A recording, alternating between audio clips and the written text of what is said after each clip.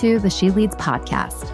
I'm your host, Adrienne Garland, CEO and founder of She Leads Media, a global media company dedicated to the advancement of women leaders and entrepreneurs worldwide. I'm also an adjunct professor at NYU and Rice University, where I teach on the topic of entrepreneurship. I'm a mom to two wonderful young men and married to my best friend from college. Join me each week as I dive into raw conversations with remarkable, uncompromising, and inspirational women entrepreneurs and leaders. My hope is that these conversations and their advice will encourage you to put yourself out there and gain the visibility that you and all women deserve. We're all about stripping away the sugar-coated conversations and moving boldly in the direction of our magnificent dreams. For far too long, women have been conditioned to soften their words, modify their actions, and show up in the world to conform to outdated at best and harmful at worst cultural norms and ideals. Why? To keep those who are outside of the power structures from gaining power, prestige, wealth, and influence. This has prevented women from being recognized and respected as the powerful leaders that we truly are. The She Leads podcast is here to shine the light on all the incredible women, to encourage us to show up, speak up, and showcase the amazing work we do. Speak with confidence about the innovative and transformational thoughts that we have, and celebrate the positive impact that we are making in this world, both personally and professionally. So let's do this. Let's lead.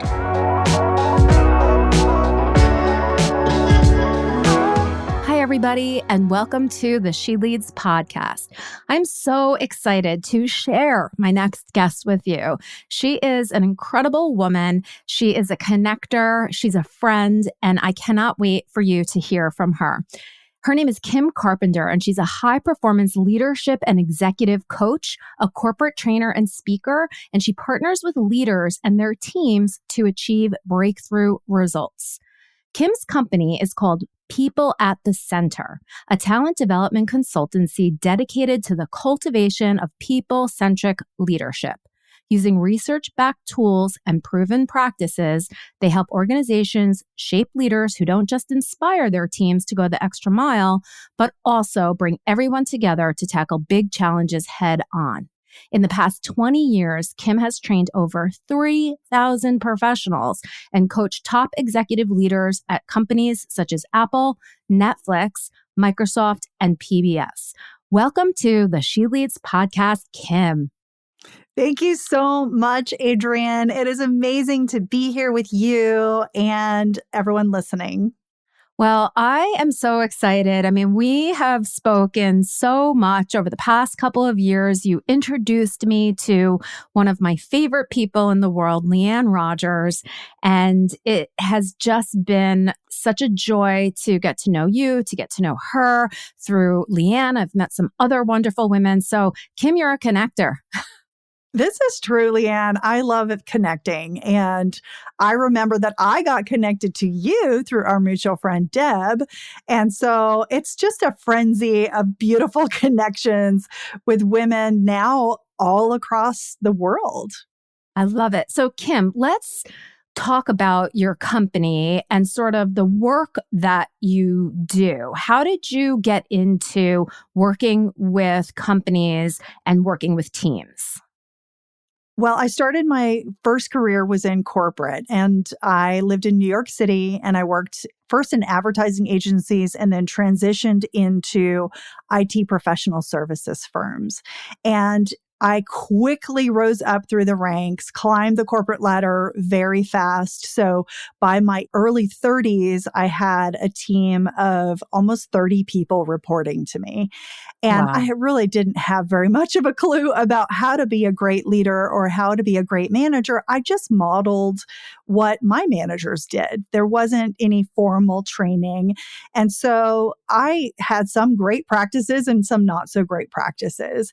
And at one point, I went through a big life transition. I went through a divorce. So as many of us have experienced, those Yes. times cause us to reflect. And I hired my first executive coach at that time and fell in love with coaching. I also had the experience of feeling frustrated inside of some of the corporate environments, feeling like it wasn't very people centric, that a lot of the management practices were just, push people as hard as you can. And honestly, Adrienne, if I tell the truth, I wasn't a great manager in some ways. I did demand a lot. I was kind of a force, Yeah. and I expected a lot from my teams. We did have fun together. Often we were friends and would hang out after work. But in those days, we were pulling a lot of all-nighters sometimes, or very late hours, sometimes working on the weekends, things that, make you cringe today. Yeah. And so I learned firsthand that A, I didn't really want to be that kind of a leader. B, those work environments weren't really working for me. And that's what caused me to leave corporate and start my own business. I really wanted to be able to touch many more lives than I could as a person just working in one company.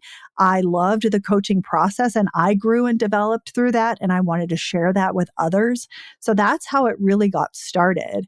And in the beginning, I was coaching more around life and coaching women than women entrepreneurs. And then coming full circle in the last decade, really coming back to working in corporate and providing a new kind of insight into how we can create more people-centric work environments and how we can help leaders be better leaders for themselves and for their teams.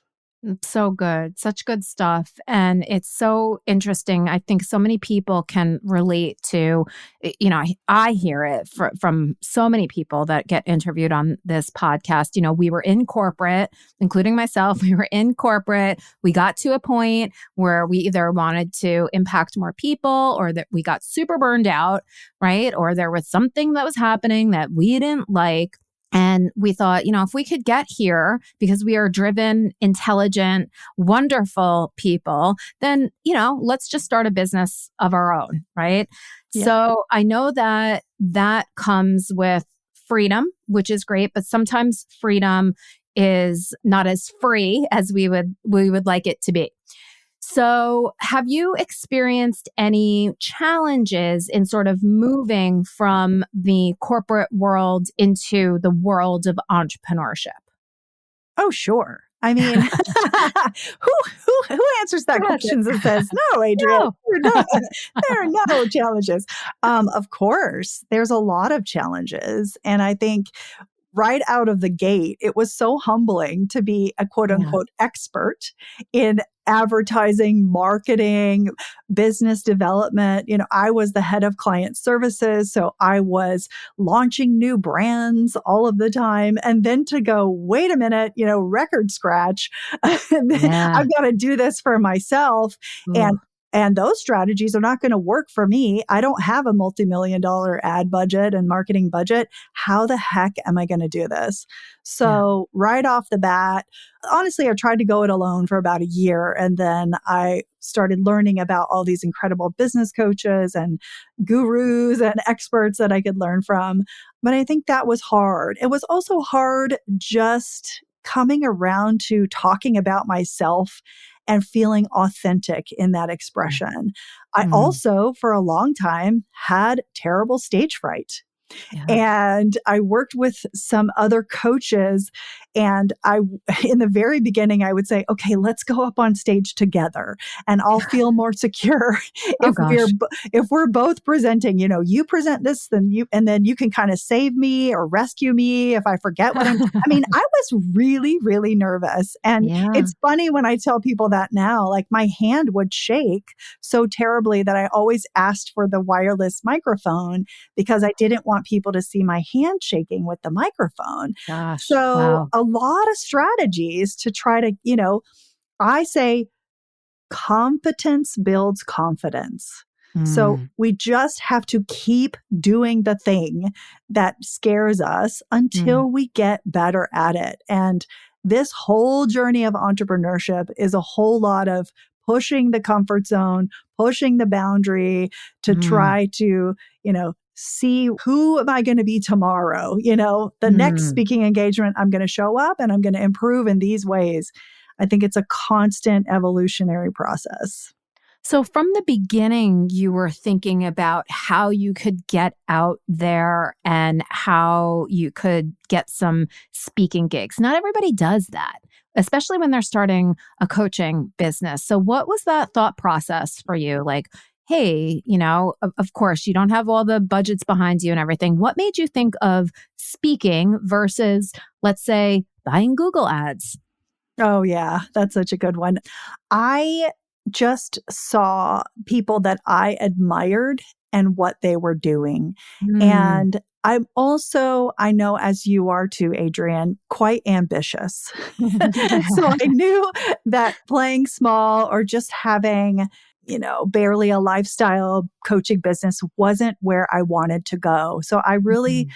felt into the vision of what's the Mhm. impact I want to make. If I'm saying that I'm a stand for changing the face of work and having Mm. people love going to work and having workplaces be places that infused inspiration in people and gave them a sense of livelihood, I'm going to have to do something more than play small, put out Google ads or Facebook ads or Yeah. just make some social media posts. I'm going to have to step out, be courageous, and have my voice be heard.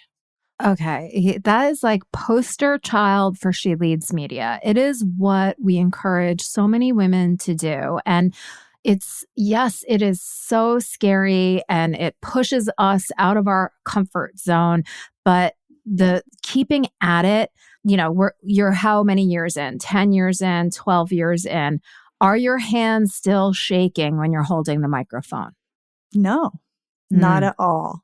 Ugh. Not at all. In fact, I'm energized. I'm excited. Now, there might be a little bit of shakiness, but I can't wait. I can't wait. Ugh. Now, I do a lot of practice. I practice my talks. My sweet husband, he listens to me all the time and gives me feedback. He's an educator, so he's really great at, crafting a story, engaging an audience. Like he's got to get teenagers to listen to him, right? Oh gosh.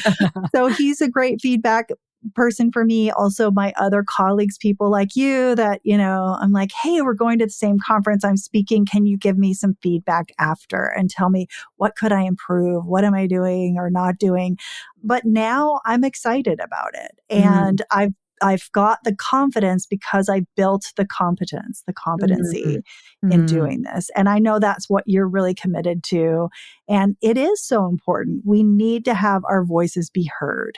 Oh, yeah. I mean, I feel like I've been having this conversation lately, basically since the She Leads conference, which happened at the end of November in 2023. But this idea of even if you are feeling the fear, it's important that you do it anyway. And you do not have to be perfect. You can shake and you can say every other word and you can forget while you're up there.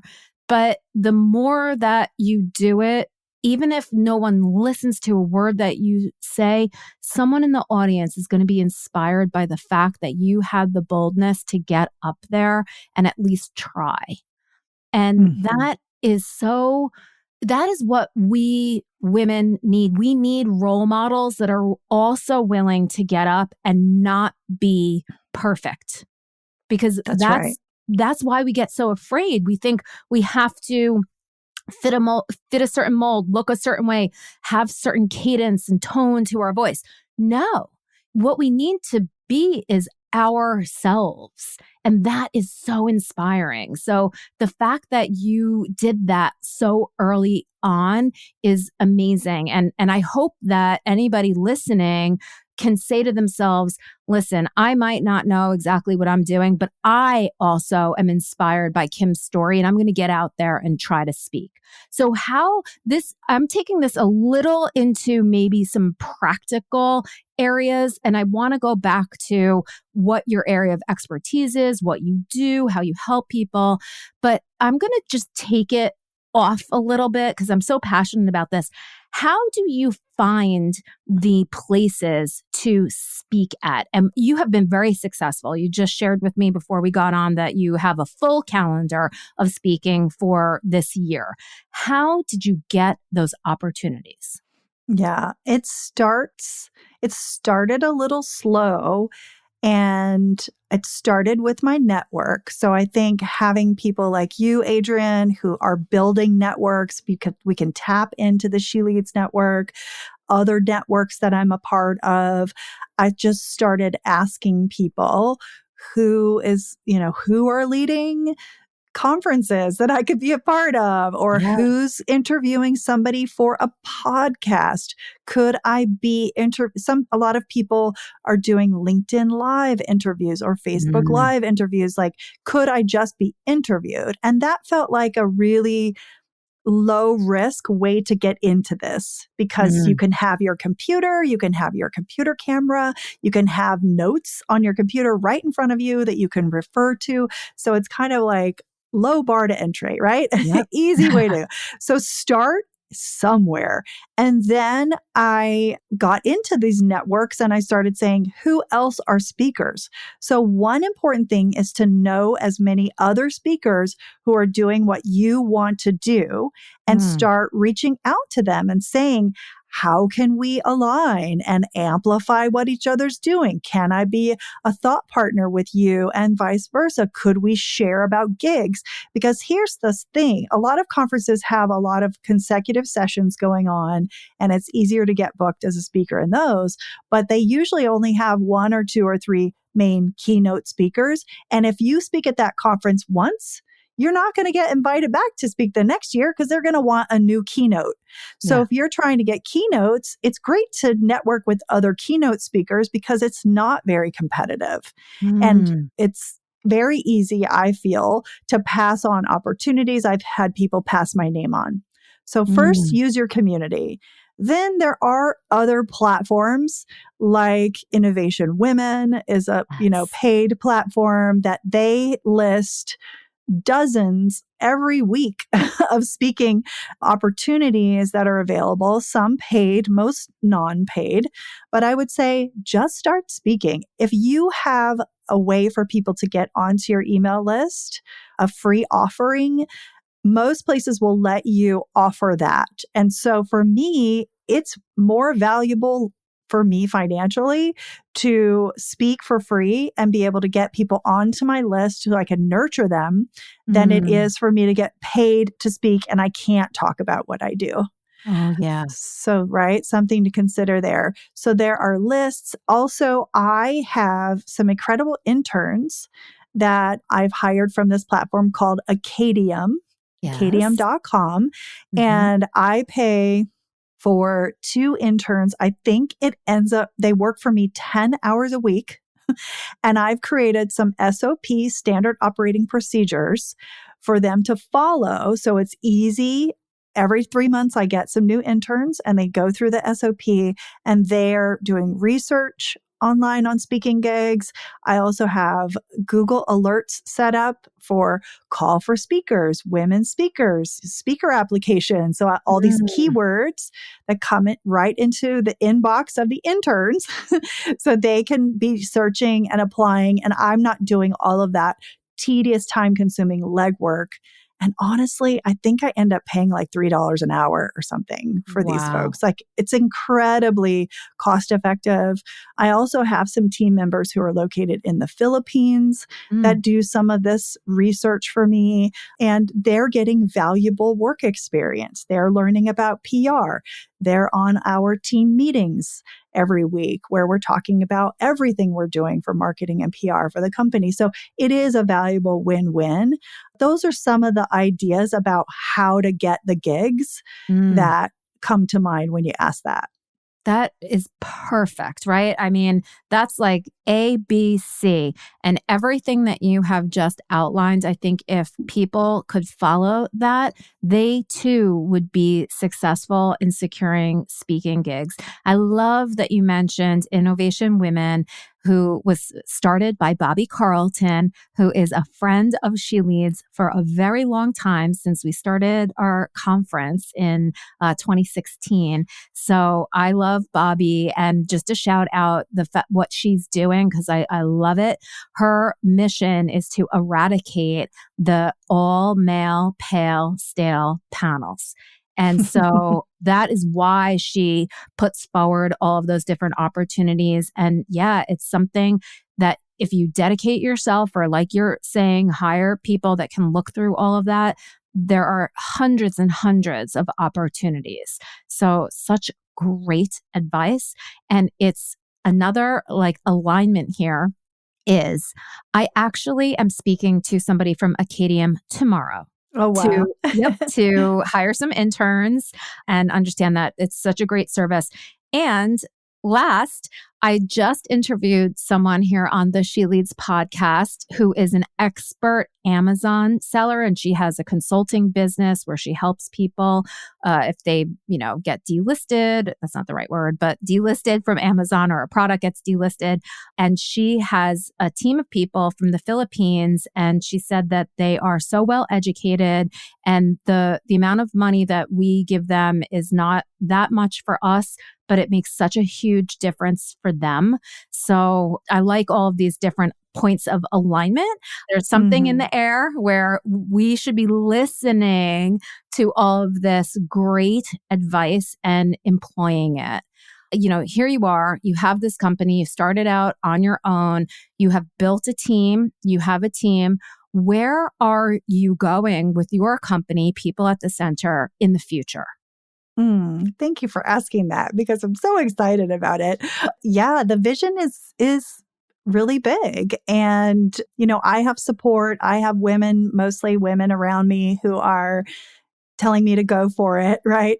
And so the vision with People at the Center is I want to make a real no BS impact on the state of work. And I believe strongly that companies are the ones who are changing the world and running the world. Agreed. It's no longer governments or nonprofits or NGOs, right? It is companies, and companies are made of people. So People at the Center is all about how can we put human beings at the center of the strategy and invest in the development and the nurturing of our people, and have them show up as motivated, highly productive, engaged employees and leaders. What I see is that people don't want to quiet quit. They don't want to be slackers. All of this conversation that's going on now about, the new generation, and they don't want to work hard. No, that's not true. They are showing us that, like I admitted back when I was in corporate, these crazy work hours and giving every single bit of yourself to the office and never going home and not spending time with your children, that's one of the biggest regrets that older people have when they're at their end of life.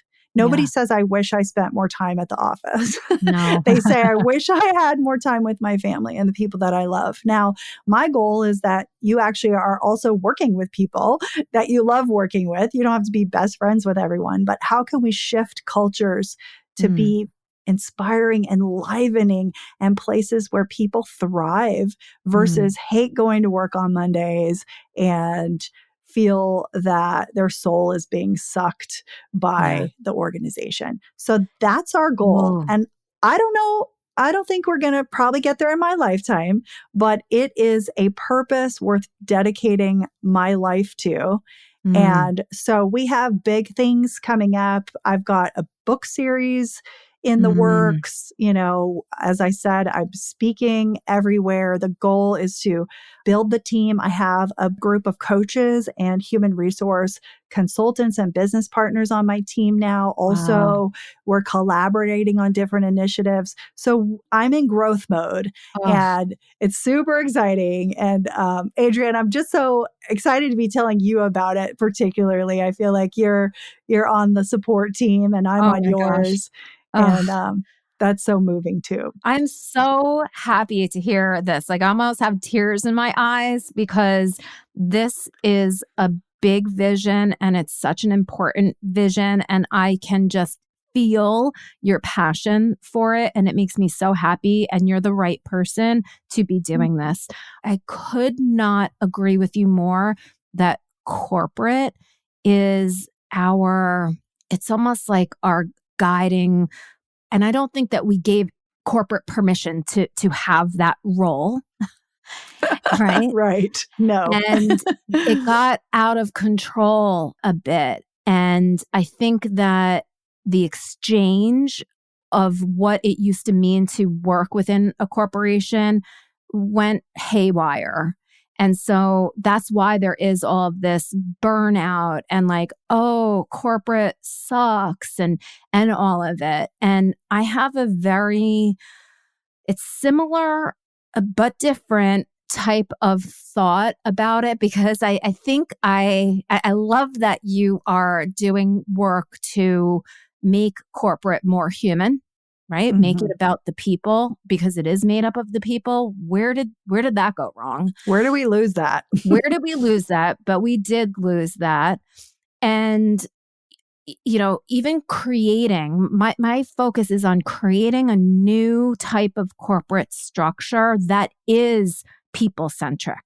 Yes. Right? Because it's going to take both. We need to create new companies that put people at the center and that are human focused.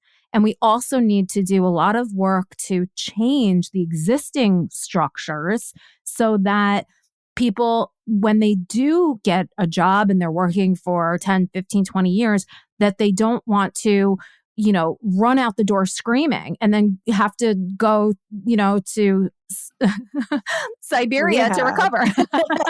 Rehab.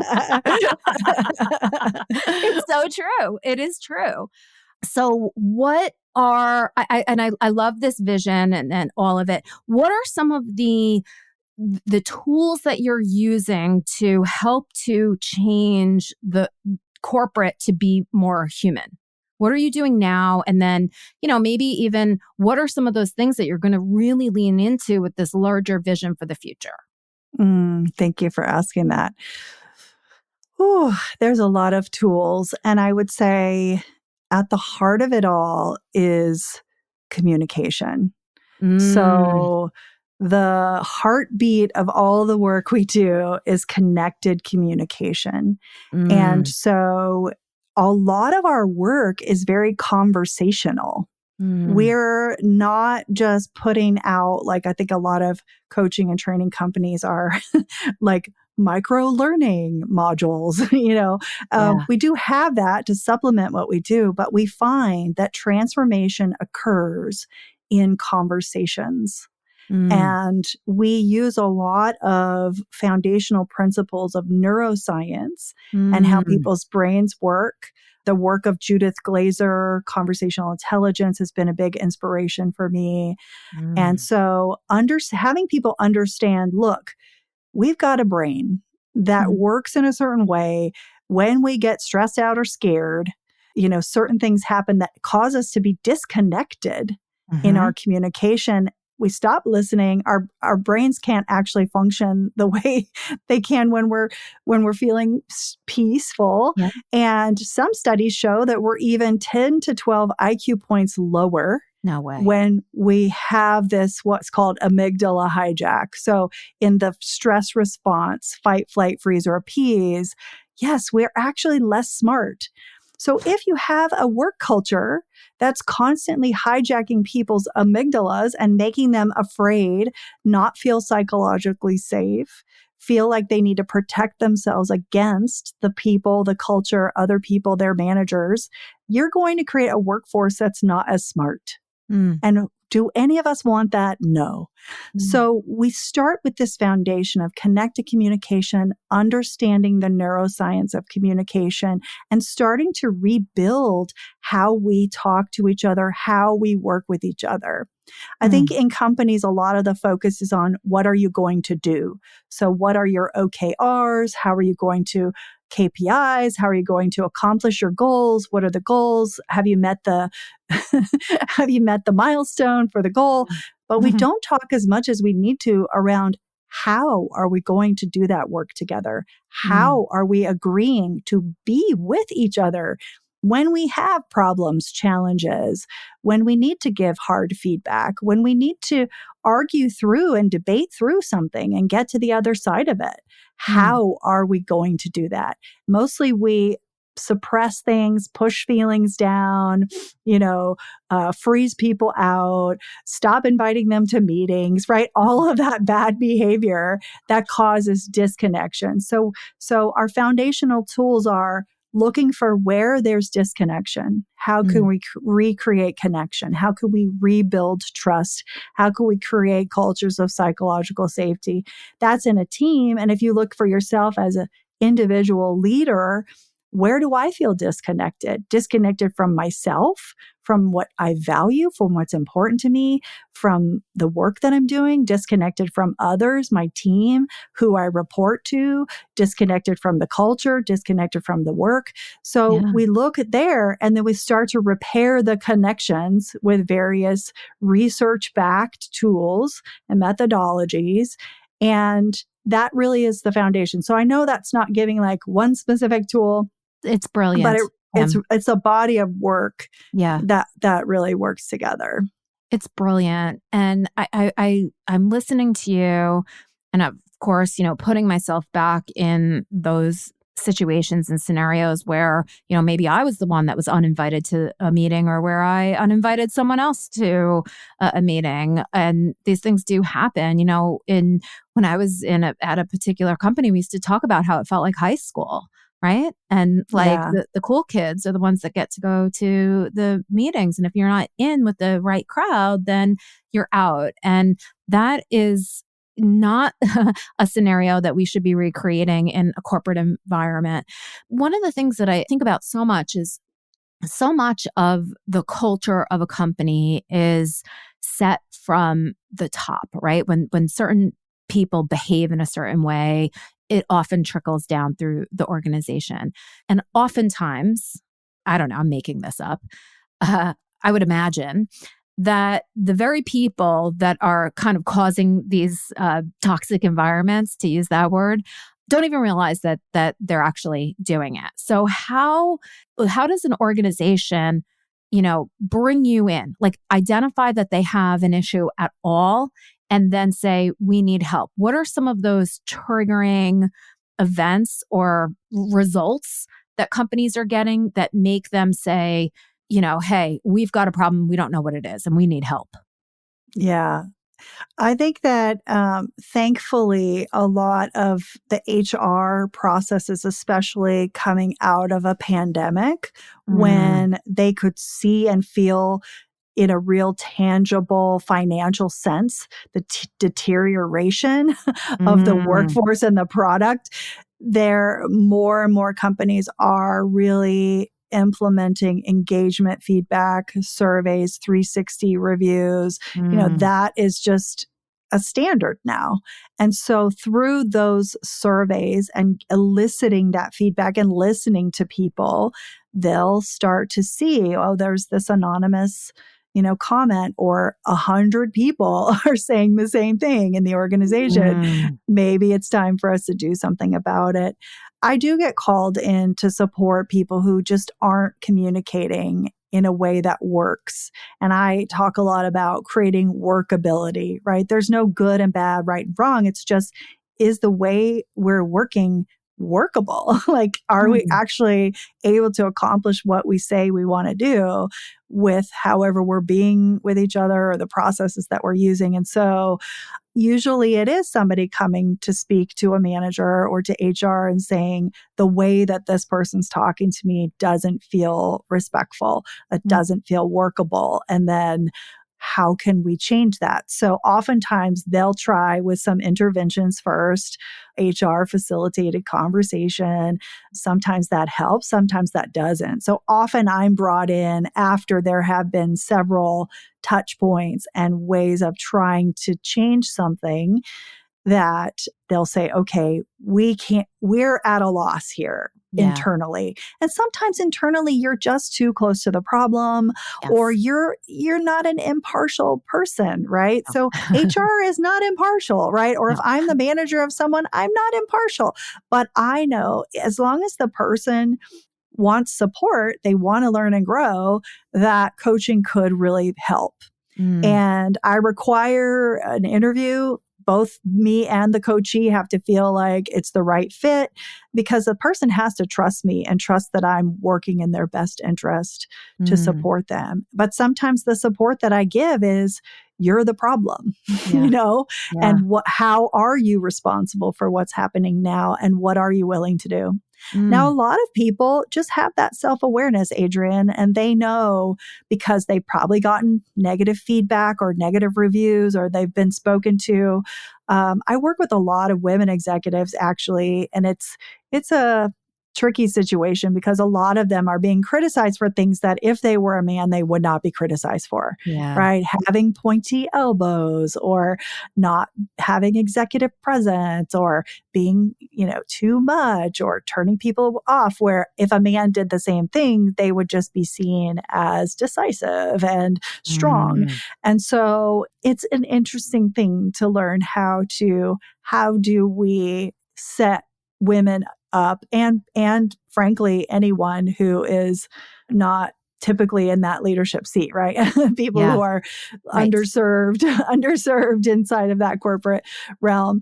How do we set them up for success? And so a lot of people will come to me because they know that they need to shift something, but they don't know how to do it. They're too close to it, or they've received some criticism and they're saying, I don't know how to fix this, and the people at work aren't helping me do it. So I'm going to request a coach to my HR department, or I'm just going to hire you outright, because maybe the result of the coaching is I end up leaving that company, and I'm not going to ask them. Right. Exactly. Yeah. Oh, so such good stuff. And you opened up, a whole other aspect of corporate and humanizing it, and having people who aren't typically, or at least to date, who have not held those positions of leadership. And does that person have to change to fit the existing corporate environment, or, do they need to leave and either create something or find a different organization where they do fit? And I think all of us need to ask ourselves those questions, but that's why some of the existing corporate structures need to change, and, maybe some of them won't. And then that's why it's so important, I think, especially for, women and other people like we're talking about who may not have, fit into the traditional corporate leadership model. It's important for them to start businesses that do, put other people in positions of leadership, so that we can see that it can be done. So I just think that in general, everything that you're doing is so important. The way that you do it, anybody that gets to work with you is lucky. You are brilliant, you are kind, you are fun. You're just an all-around incredible person. And I just appreciate you being on the She Leads podcast, formerly Sugar Coated, to have this conversation. And I would just love to have you back when your book series comes out, when corporate does change, because it will be in your lifetime. I know it. In my lifetime. All right, sister. I'm buying that. Yes. I'm saying yes to that. Oh my gosh, Kim. So if people listening, a lot of them are women entrepreneurs, but a lot of them have people that are working in corporate. How can people get in touch with you? How can they invite you to speak? Tell us how we can just connect with you in general. Well, as you said at the very beginning, I am a connector and I love to connect. And my team tells me I spend too much time connecting, but I say, no, I don't care. So I would love to connect with you. And I guess the best way is our website. That's peopleatthecenter.com. You can also find me on LinkedIn, and it's linkedin.com/Kim Carpenter, all one word. So pretty easy to find. I'm really committed to publishing great free content often. So you can hop onto our email list or grab our newsletter and subscribe on LinkedIn. But finding out about us, everything's on the site. There's a speaking page that has our favorite speaking topics, but I'm also happy to customize something for you or your group. We do a lot of bespoke speaking. So I'd be happy to chat with you. Just reach out and definitely let me know that you heard me on the She Leads podcast. Thank you so much, Kim. And thank you for just sharing all your expertise and wisdom, both about your area of expertise and also just the growth and the journey of your business. I know that the She Leads podcast audience is going to be so thrilled to listen to this episode. Thank you so much, Adrienne. It's been a pleasure.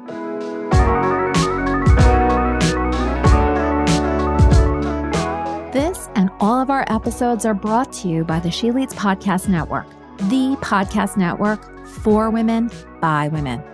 Thanks so much for listening to the She Leads podcast. If you enjoyed this episode and you'd like to help support us, please share it with others, make a personalized post about what you took away on social media, and please leave us a rating and review on Apple Podcasts. This helps our guests and our show to continue to gain visibility and traction. To learn more about how She Leads Media helps women to gain visibility, you can follow us on Instagram at She Leads Media, or you can head on over to sheleadsmedia.com. If you'd like to network with me and other amazing women, don't forget to join us each year for the She Leads Live conference. Thanks again, and we'll see you soon.